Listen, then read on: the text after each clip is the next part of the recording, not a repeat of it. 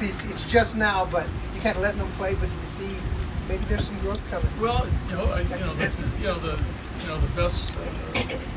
the best experience for him to learn is by playing, right? He's got to get out there and experience Major League pitching, Major League games.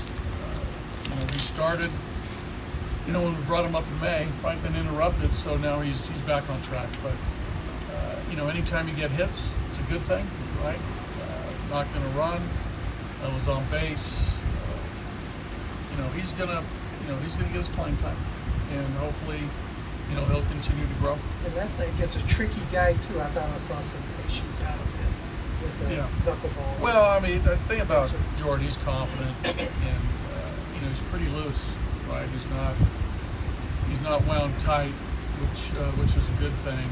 But I think there's a degree of intensity there that I think all players have, to get this far.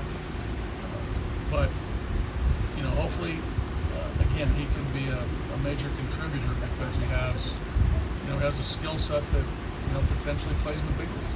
He's got power. He can run. He can play defense. So hopefully he can be productive. Buddy, can you expand on his defense just a little bit? What are the things at the big league level that you've liked that stood out? I think we've seen the reads and the jumps have been pretty good. Made a really good play in Arizona the other night. I think instinctively to play the game with pretty high instincts. But as an outfielder, obviously reading the ball off the bat and taking the correct routes and being able to utilize his speed to get the balls. And his hands are good. I think there's some arm strength there. And I think he'll continue to get better. He'll work at it hard with our coaches who will push him. I think he's got a good work capacity, so he'll be able to handle a lot of work, and that should make him better. He got injured on a defensive play, on a diving play. What goes into getting over maybe a fear like that you have to get past in order to play?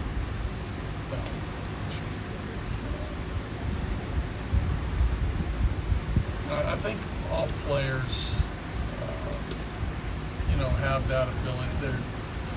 Most players think they're invincible, right? There's a confidence there. If you didn't have that confidence, I don't think you would get to this level. So, coming back from an injury, there's a little bit of trepidation. But once you get to playing and you get out there and you realize that you're back, that invincibility trait shows up again. So if it doesn't, and then you start playing tentative, and you start playing scared, and you start playing in a bubble, you're not going to play that. That makes sense. Thank you. Hey, buddy, speaking of defense, we didn't even mention last night, Brett met Another great catch. Is his reputation preceding him all over? I think so. Talking to other managers, coaches, and from what I hear from players on other clubs, that they realize now what a player is. So I don't know I think the word was out this year. The word was out last year, and I think now it's just being validated. Every time he makes a great play, every time he makes a great play. So I think now he is seen and noticed as maybe, arguably the best center fielder defensively in the game. You guys fear that arm a little bit too. Yeah. Oh yeah, we've seen that all year long, especially early with Bove. When Nolan was here. So and we saw that. And with Chivilli, you've seen some good sequences, maybe some not so good. You've seen him more in tight games. What kind of read do you get out of the makeup and how he's built? Well, I think I think there is a calmness there. Again, I'm still getting it going. What I do like fundamentally is that there's a little bit of a swing and miss in there on the changeup and the slider. We've seen that. And like I've said, the advantage always goes to the pitcher in those early matchups. On the negative side, I think we got to tighten up the fastball command a little bit. I think there's a little bit of an overthrow in there. There's a little bit of an effort to get the velocity, which hampers the command and the control of the fastball. But what is positive is that the hand speed and the arm speed on the change and the slider are just like the fastball. So that's where the swing and the misses come from. Some of the softer contact, but some of the louder contact has come from the fastball. And yesterday to Merrill, it was an 0-2 changeup that was elevated and hit in the corner. That was a bad pitch. But those things that we have to get home to him is about heading the count pitches, because a lot of times he's been burned when he's been hit. Is it too early to think about bringing Cal Quantrill back next year and trying to win? Well, I think he is back. He's not a free agent. Him and Gomber have another year left. Buddy, are you looking for anything in particular out of Drew Romo tonight? Nothing in particular. Just we're going to watch how he handles the game. But nothing specific. We've seen Drew play in spring training, albeit an exhibition game. But we're gonna watch. Like we do. We're gonna watch every pitch, every single one of them. Everyone. Yes. Every now and then I might be late if I go to the bathroom. Sure. I might miss a half. But that's it, though. No, we're gonna watch every single pitch, and we're just gonna see how he handles himself. But I suspect it. Should we sort of expect him to be on the short side of the catching tandem, since he has a lot to catch up on? Not necessarily. We'll see how this goes. But that's a fair question. To what percentage are you thinking? 2 out of 5, so 40, 40%, 40-60. 40-60?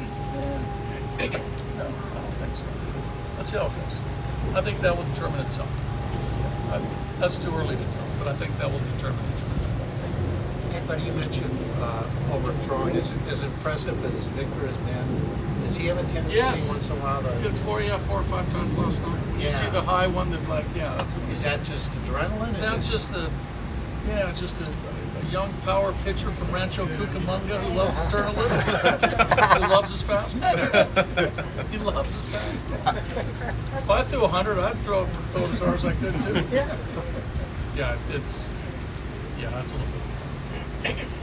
And after every game, I go to him and I said, hey, and he knows what I'm going to ask him. He goes, yeah, I overthrew him. So he's. I know you talk to your players. Will you talk to them a little bit pregame saying, hey, get out there and witness this? Or do you think they already know that themselves to kind of take in everything? I think they know it themselves, but I think they'll be, whether it's from me or the coaches or the trainers or each other, there'll be a little nudging to come out. Buddy, are y'all wearing 17 tonight? Everybody? I don't, you mean like this? Yeah. No. I think we're wearing. Is this just pregame? Or? How are you? Good. How are you? Good. I think this is just pregame. Okay. And tomorrow as well. All week. Where'd that jersey come from? Where did somebody coordinate all that? Who's the clubhouse mom who organized I it? think it came from Dick's Sporting Goods. I'm not sure. I don't know where. I think it came from. The Rockies. The Tiny Cooper. I don't know. Probably better question for Tiny. Yeah, I don't know. Buddy, when you took Gilbreath out of the game last night, did you two share a bit of an exchange? Because Gilbreath mentioned to us that you guys shared a bit of a chuckle. Yeah. Yeah, we did. Any more that you can share from that exchange? No, it was, I like players, and I like Lucas. So when I handed him the ball, it was, I was happy. I was nervous for, he's facing a rise, who's a good hitter. But I was happy. I was happy for him. It was a good moment. I know he was excited. He might have been a little bit nervous too. But then when I came and got him, you know, he was disappointed. He was bummed that he walked prone in one. He was upset. But you know, I when I took the ball, he paused a minute, and I said, "Hey, it's great to have you back."